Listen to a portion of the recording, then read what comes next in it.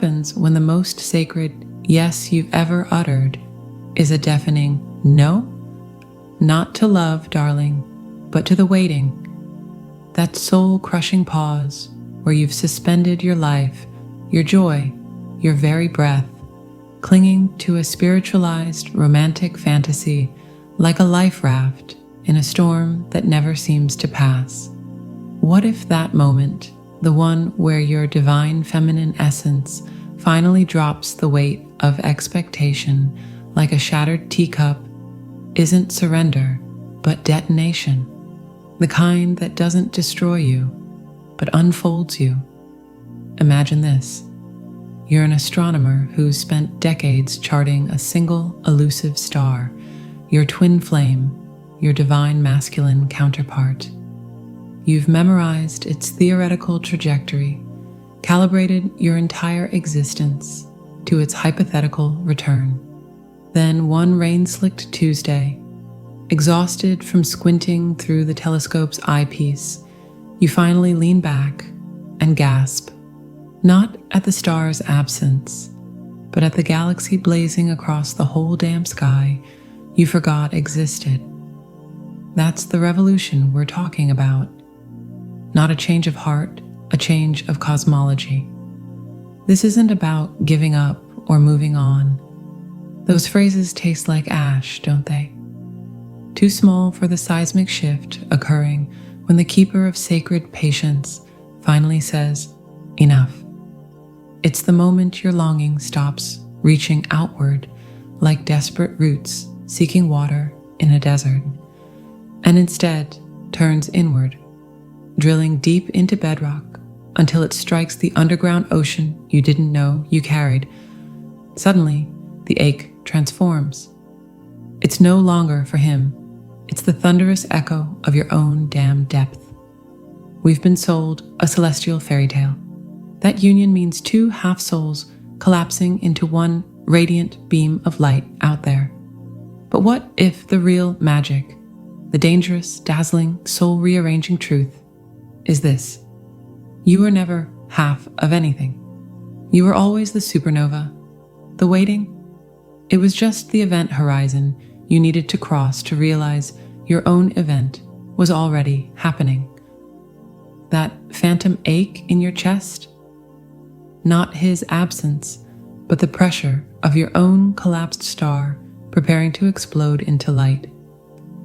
So let's ditch the spiritual script. This isn't a tragedy where the heroine fades quietly into the background. This is sacred rebellion. The quiet click when the divine feminine unplugs her life force from his potential and plugs it straight into her own grid. The hum when she stops polishing the mirror, hoping to see his face, and finally sees her own. Not as a placeholder, but as the source. Feel that? That slight tremor beneath your ribs. That's not fear, love. That's the foundation of an old world crumbling. And the new one? It's built on a terrifying, exhilarating truth. Your wholeness isn't waiting for him. It's waiting for you. Ready to step out of the waiting room and into the supernova? The telescope's gathering dust. The real constellation is within. Well, stay tuned. There's a map of territory waiting for you that you never dared to claim.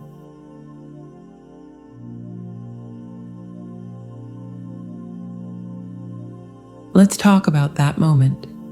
You know the one. That crystalline instant when something deep within you, something older than heartbreak, wiser than longing, finally snaps.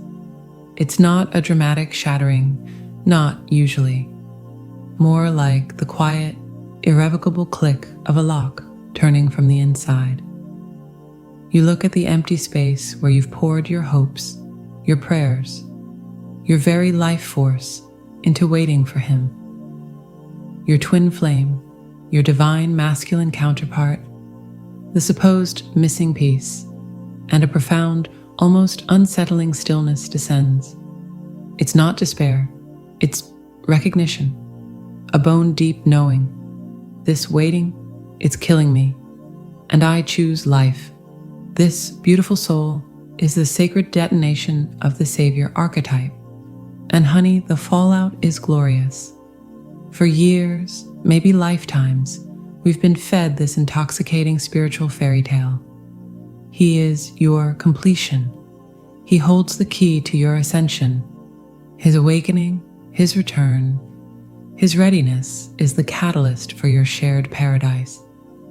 We've hung our worth, our sense of divine purpose, on the hook of his potential. We've contorted ourselves into shapes of infinite patience, spiritual bypassing our own gnawing emptiness with mantras of divine timing, while secretly withering inside.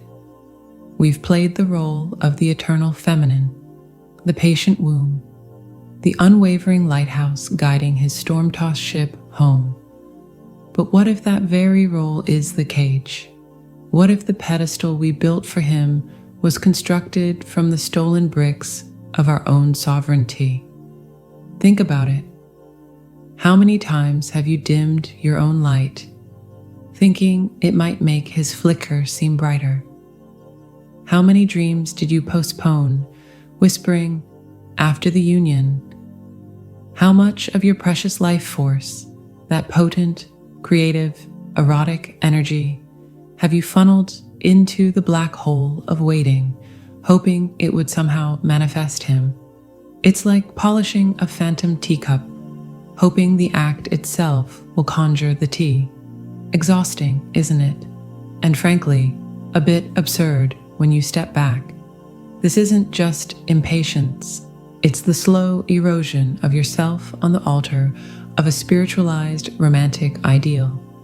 It's the internalized whisper of patriarchy dressed in flowy spiritual robes, telling you your wholeness is contingent on another, specifically a masculine energy. Nope. Time to evict that tenant. When you finally stop waiting, it's not a retreat. It's the ultimate spiritual rebellion. It's you taking that sacred key, the one you thought he held, and realizing it was in your pocket all along. It fits the lock to your own inner sanctum. This isn't about rejecting him, not really. It's about rejecting the story that said you were incomplete without him. You feel it first as a strange emptiness, a quiet void where the desperate yearning used to scream. Don't panic. That void isn't lack, it's sacred space. It's the clearing made after the old, rotten structure of waiting for him to save me, complete me, validate me, finally collapses. And in that clearing, oh darling, the wildflowers of your own untamed potential start pushing through the rubble. You might grieve. Of course you might. You're not grieving him necessarily, but the fantasy. The beautiful, painful, all-consuming story you told yourself about how it should be. Let yourself mourn that illusion. Cry for the epic romance you thought was your destiny. And then, feel the anger rise.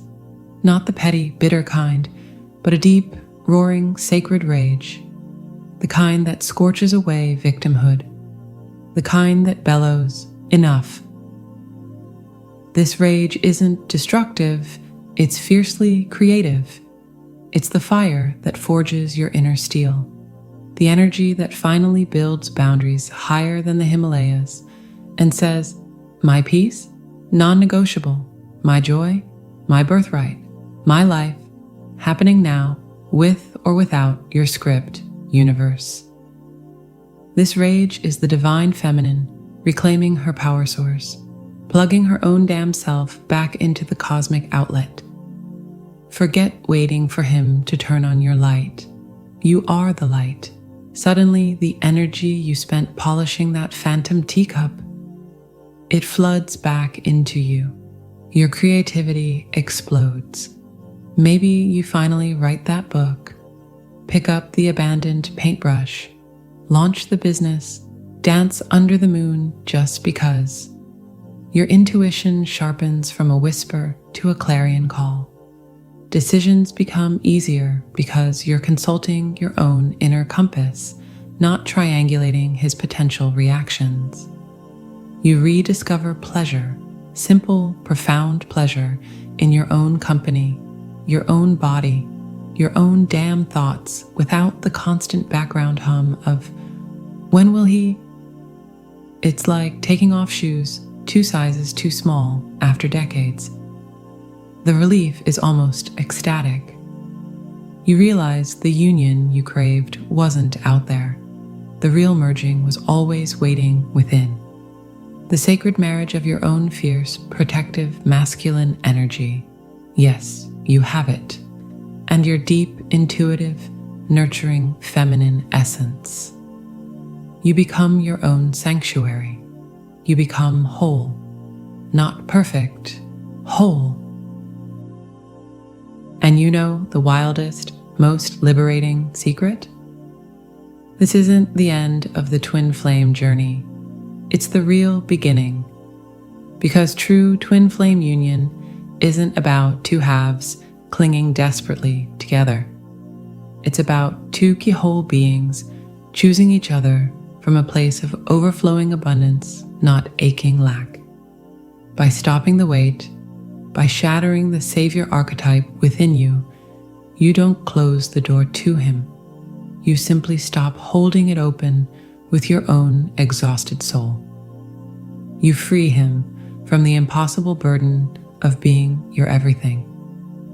And you free yourself to live gloriously, messily, authentically, right now. The path hasn't vanished. It's just widened beneath your own 2 feet, leading you deeper into the most important relationship you'll ever have.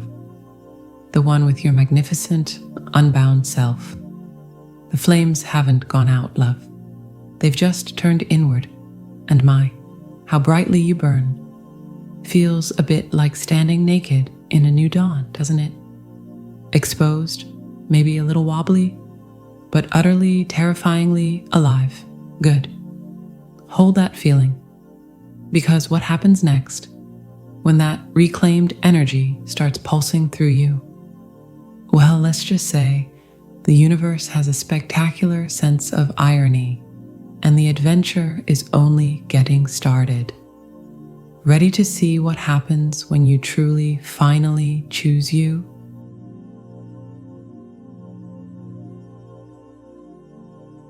Let's get uncomfortably honest for a moment.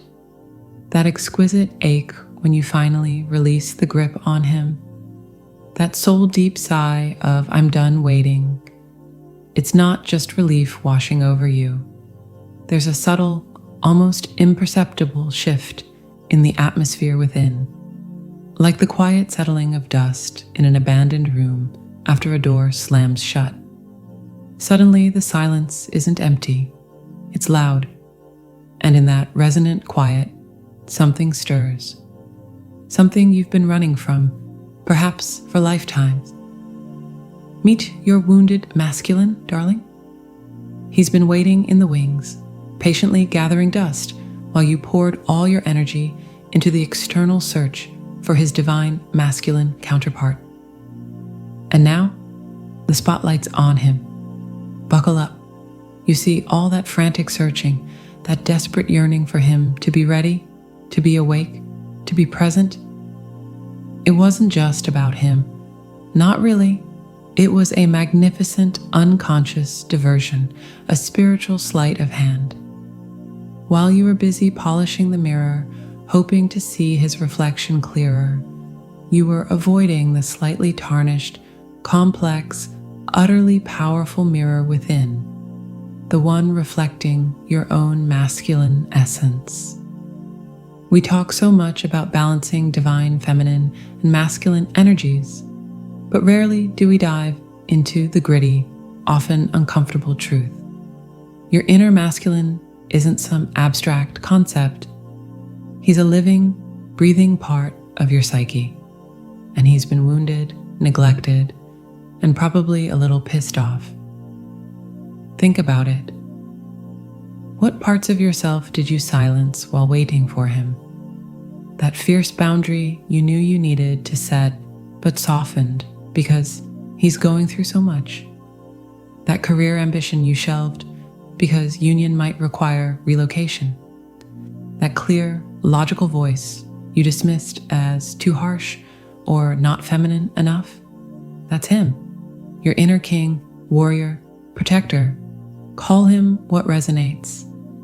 He's the part of you that says no without apology, that takes decisive action, that builds structures, that protects your sacred inner space like a fortress.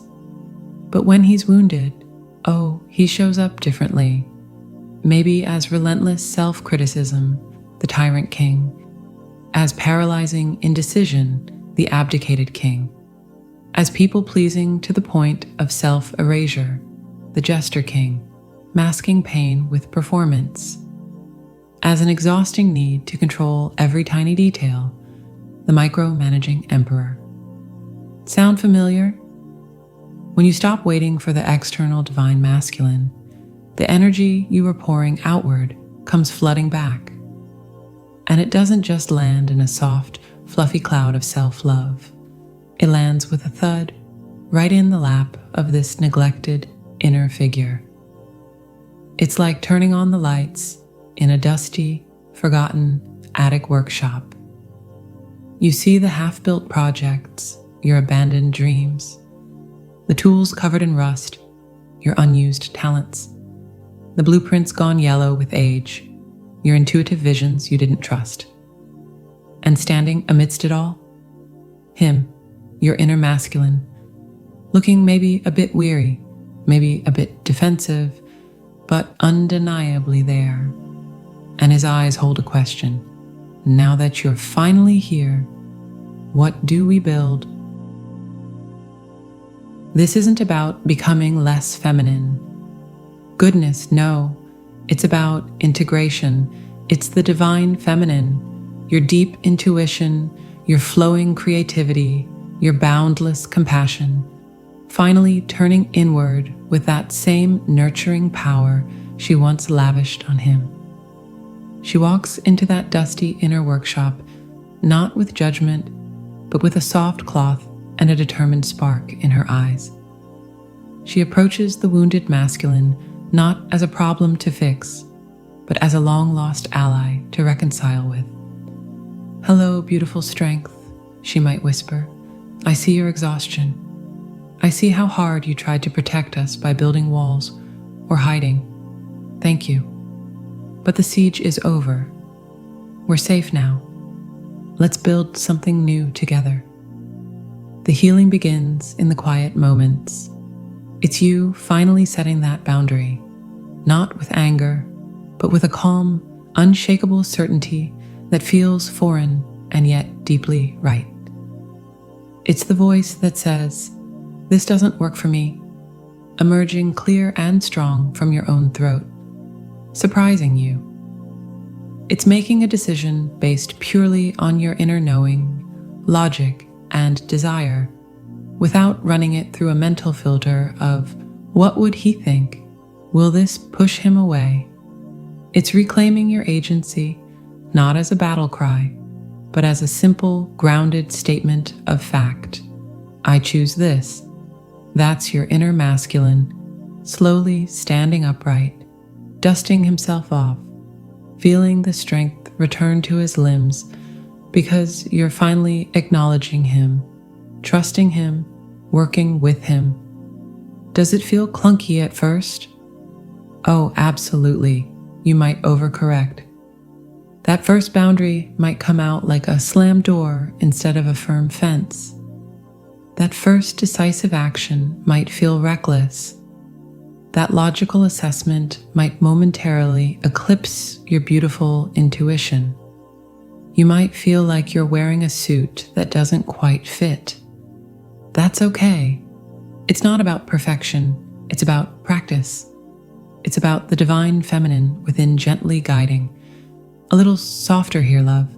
A little more conviction there. Feel into this. Yes, that's the balance. It's a dance, a collaboration, an inner alchemy more profound than any external twin flame reunion could ever be. You're not becoming him, you're becoming whole. And here's the breathtaking paradox nobody talks about enough. As you heal your own wounded masculine, as you integrate his strength, clarity, and protective power with your feminine flow and wisdom, something magical happens out there in the universe. You stop needing the external divine masculine to be anything other than what he is. The desperate pull loosens. The projection lifts. You see him more clearly, flaws, fears, potential, and all, without the distorting lens of your own unmet inner needs. And that's when real, authentic connection becomes possible. Not because he's finally ready, but because you are finally complete. You've built your inner kingdom. You are your own sovereign. Now, any union isn't about completion. It's about celebration. Two whole worlds choosing to orbit in harmony. Feels like stepping onto solid ground after years at sea, doesn't it? That strange new stability humming beneath your feet. Hold on to that, because this inner union, this sacred marriage within, it's not the end of the story. It's the foundation for miracles you haven't even dared to dream yet. Ready to meet the most important partner you'll ever have, the one who's been waiting patiently within you all along. Let's build a throne room worthy of both of you.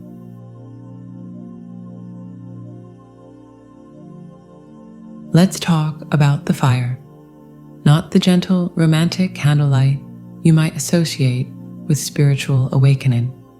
No, darling. We're talking about the volcano that erupts the moment you truly, irrevocably decide, I am done waiting. That searing, white-hot surge that floods your veins, makes your hands shake, and threatens to incinerate every polite spiritual platitude you've ever swallowed. It feels dangerous, ugly, unspiritual, right? You might try to smother it with affirmations, bathe it in lavender oil, or shove it back down with a whispered, I choose peace. But what if this rage isn't your enemy? What if it's the most potent, sacred medicine your soul has ever brewed? What if this sacred rage is the very fire that forges your freedom? For years, maybe lifetimes, you've been the patient one, the understanding one, the one who transmuted pain into poetry, loneliness into longing for divine union, betrayal into lessons about forgiveness. You've carried the weight of the connection, the hope, the potential, often feeling like Atlas holding up the entire cosmos of your twin flame fantasy on your weary shoulders. And where did that get you?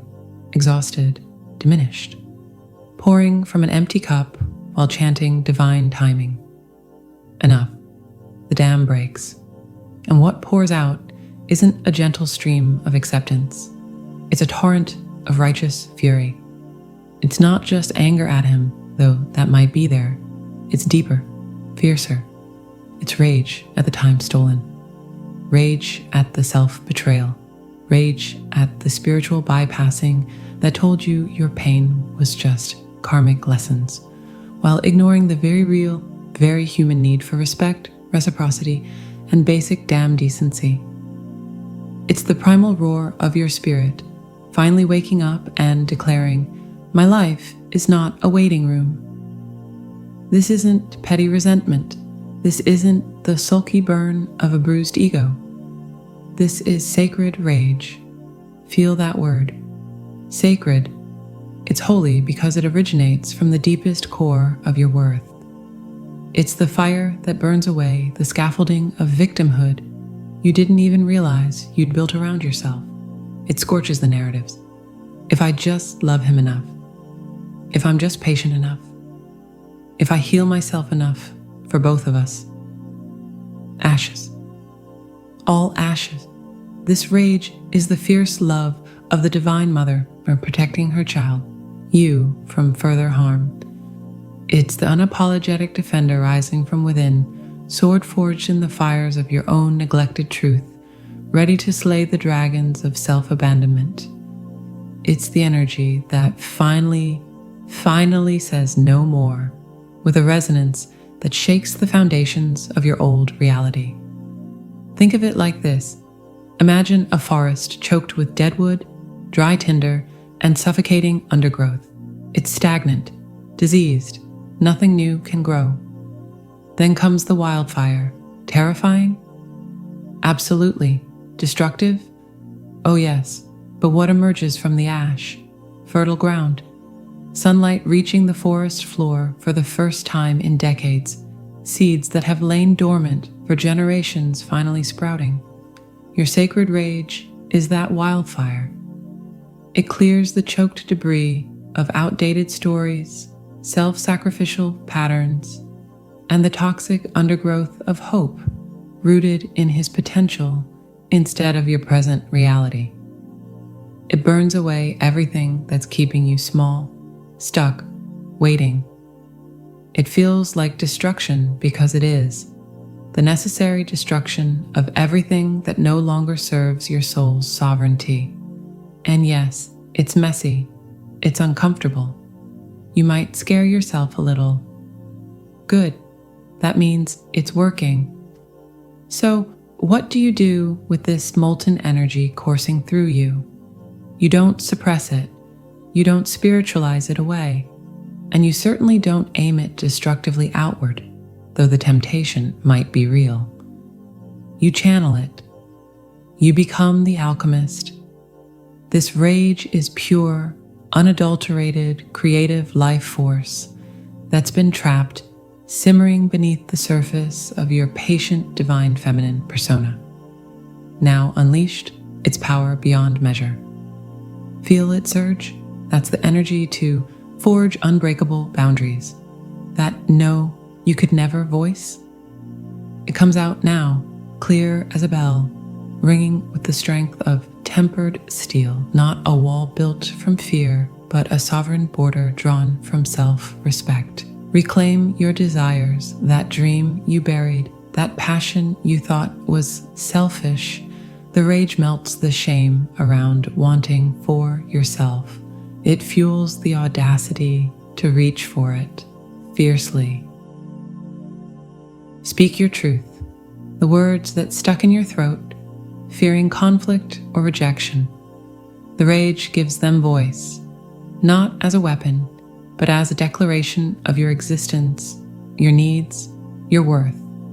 Honest, raw, real, dismantle karmic loops.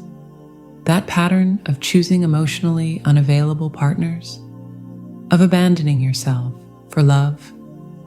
The rage incinerates the compulsion to repeat it. It gives you the fierce clarity to step off the wheel. It's the fuel for your renaissance.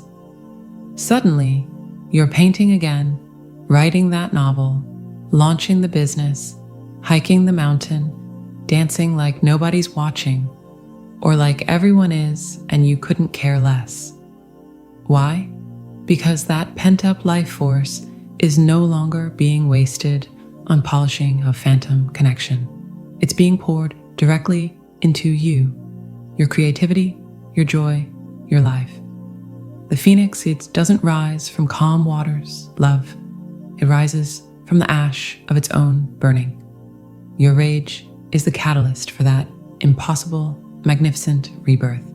Feels like standing in the center of your own personal supernova, doesn't it? Terrifying, exhilarating, and utterly, irrevocably alive. Hold that power. Don't fear the fire. Tend it, channel it, let it clear the ground for the life that's been waiting for you all along. This isn't the end of your peace. It's the fierce, roaring beginning of your true sovereignty. And trust me, what rises from these ashes, well, it's going to leave you breathless, ready to meet your unapologetic, fiercely alive self. She's magnificent.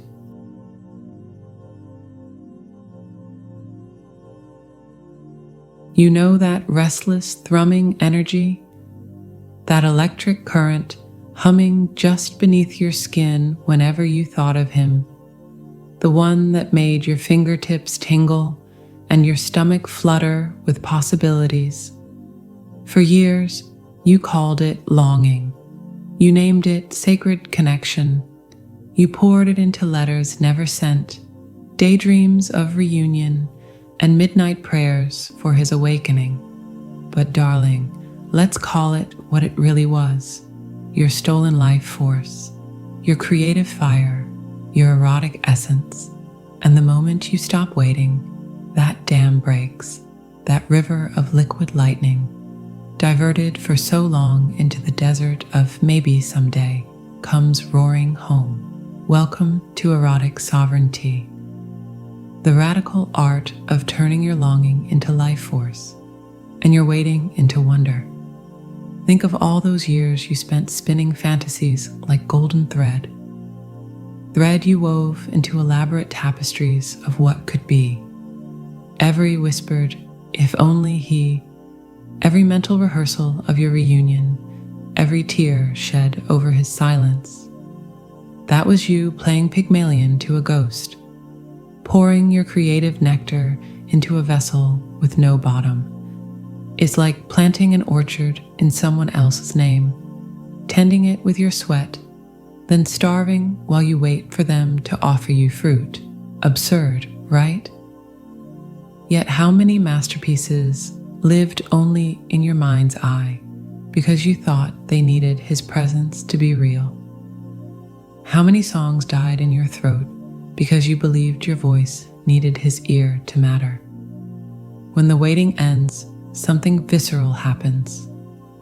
That energy, hot, bright, and restless, detaches from the phantom and snaps back into your core like a rubber band. You feel it physically, a sudden warmth in your belly, a buzzing in your palms, a restlessness that has nowhere to go but inward. At first, it's disorienting, like stumbling through your own house after a decade abroad. You wander rooms dusty with abandoned dreams, that easel in the corner, the half-written novel on your hard drive, the dance shoes still waiting for their debut, and you realize you've been outsourcing your aliveness. You handed him the keys to your creative vault, mistaking obsession for inspiration and longing for love. Here's the secret they never whisper in spiritual circles. Creativity is erotic energy. That surge you feel when paint hits canvas, when words flow like honey, when your body sways to music only you hear, that's the same primal pulse you once funneled into the twin flame fantasy. Now, it's yours, all yours, and the most revolutionary act isn't manifesting him. It's turning that energy into unapologetic self-celebration. Taking that pottery class just to feel clay squish between your fingers. Writing poems to your own resilience. Dancing naked in your kitchen at 2 a.m. because the rhythm won't wait. Building a business from that wild idea you thought was too much. This is sacred union in action. Not two souls merging in the ether, but your essence finally marrying your existence. Remember how hummingbirds hover, wings beating 80 times per second, drinking nectar while suspended mid-air? That's you now, no longer rooted to the ground, waiting for rain. You've learned to drink from your own blossoms. And the miracle? When you stop pouring your nectar into his ghost, your gifts bloom with ferocious color. The client I'd dreamed of for years called the week I quit visualizing my twins' approval. I finished my album in 3 months, after 7 years of someday. My garden exploded with roses the summer I stopped crying over his silence. Coincidence? Hardly. Life force obeys the physics of attention. Where you focus it, there it flows. Redirect the river and the desert becomes a rainforest. And here's the delicious twist no one tells you. The more you lavish this energy on yourself, the more magnetic you become to everything else. Not because you're vibrating higher in some abstract sense, but because you're finally visible. You stop flickering like a candle in his shadow and ignite like a bonfire on a hill. People lean in, opportunities circle. And if he ever returns, he won't meet a woman starved for his light, but a sun blazing with her own. And whether he stays or goes becomes deliciously irrelevant. Feel that? That hum in your bones? That's not longing, love. It's your power coming online. Your creativity cracking its knuckles. Your life force whispering, the waiting room is closed. The main event is you, ready to meet the most intoxicating muse you'll ever know, the one who's been breathing in your skin all along. Let's make some magic that doesn't need his name on it.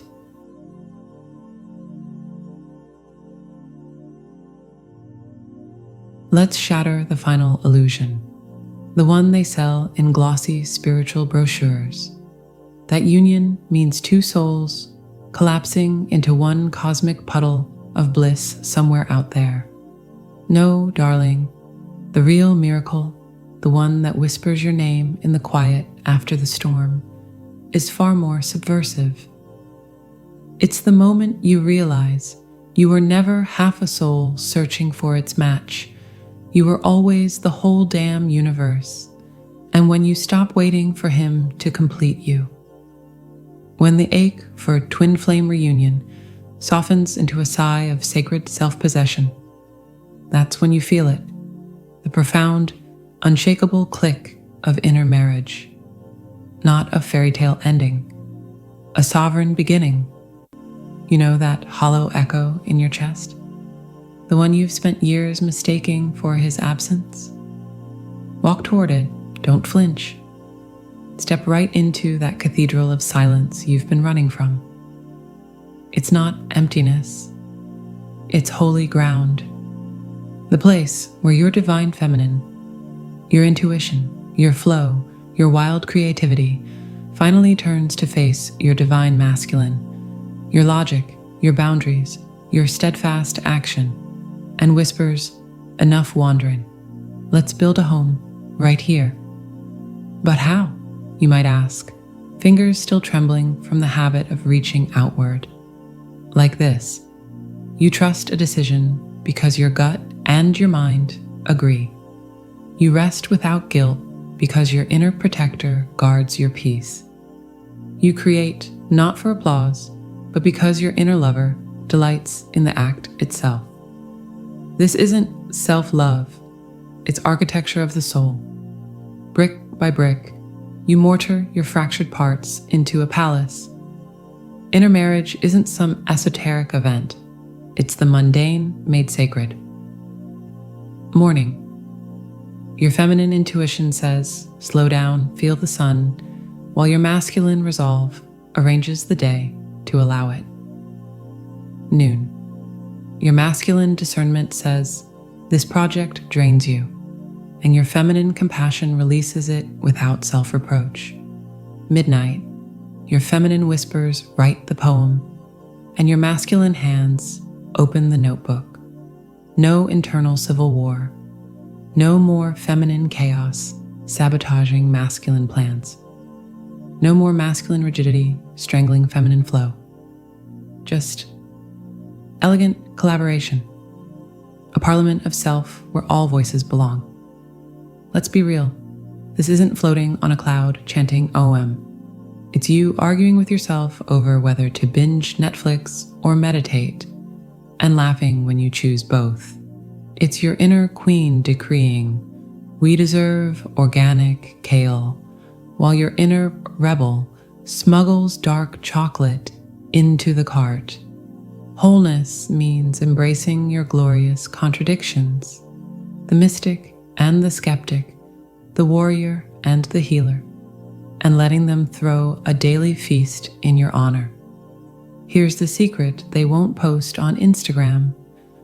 When you stop needing a twin to feel complete, you become irresistibly alive. Not because you've manifested love, but because you've outgrown needing it to breathe. You move through the world like a self-contained ecosystem, lush, vital, humming with your own weather systems. And this unapologetic aliveness is the ultimate magnet. But what if he never returns? Darling, if he does, he'll meet on a woman who chooses him, not one who needs him. And if he doesn't, you'll be too busy dancing with life to check the door. True union was never about finding your other half. It was about realizing you were always the whole. That flutter in your chest right now, the one that feels like excitement laced with fear, that's your soul recognizing its own reflection. You've spent lifetimes searching for a throne that could only ever exist within you. The scepter isn't out there. The crown never belonged to him. The kingdom, it's already yours. All that's missing is your I do to yourself. Feels like standing at the edge of a new world, doesn't it? One where your heart is the compass, your intuition the map, and your wholeness the only destination that ever mattered. Breathe into that space. The ceremony's about to begin, and trust me, you've never looked more radiant. So here you stand, love, not at an ending, but at the threshold of an entirely new language of being. That seismic shift when you stopped waiting. It wasn't abandonment. It was the universe handing you a chisel and whispering, carve your own name into the mountain. The myths you dissolved, the savior archetype, the martyr's crown, the phantom muse, weren't destroyed. They were composted, fertilizer for a forest of selfhood so ancient and wild, its roots touch the core of creation itself. Forget closure. This isn't about neatly tying a ribbon around the twin flame story.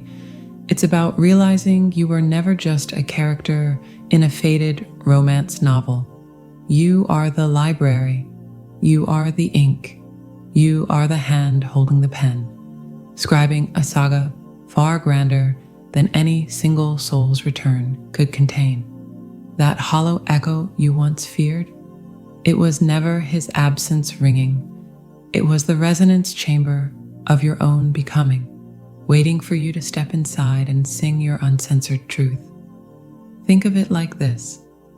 You spent years studying a single dazzling constellation, tracing its lines, memorizing its myths, believing your destiny was written in its flickering light.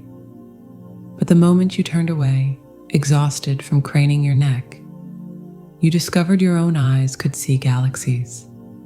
The cosmos within you holds supernovas of creativity, nebulae of compassion, black holes that birth wisdom from swallowed pain.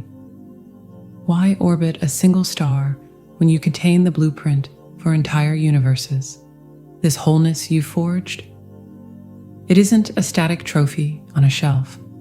It's a living, breathing ecosystem. Some days, it feels like a sun-drenched meadow, your inner masculine and feminine picnicking together, sharing laughter and logic under an intuitive sky. Other days, it's a dynamic workshop, sparks flying as your resilience, masculine, tempers molten inspiration, feminine, on the anvil of action. It's messy, it's vibrant, it's gloriously alive. And the irony? The very union you once chased out there begins to bloom in here, in the fertile soil of your self-contained cosmos. Relationships now, twin flame or otherwise, aren't lifelines thrown to a drowning soul.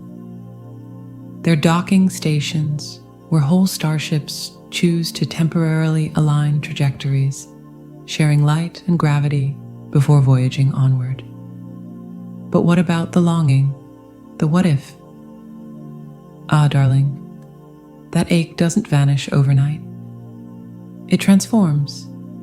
It becomes less a scream for him and more a gentle hum of remembrance for the parts of yourself you discovered through the fire, like finding an old map that once led you through treacherous valleys.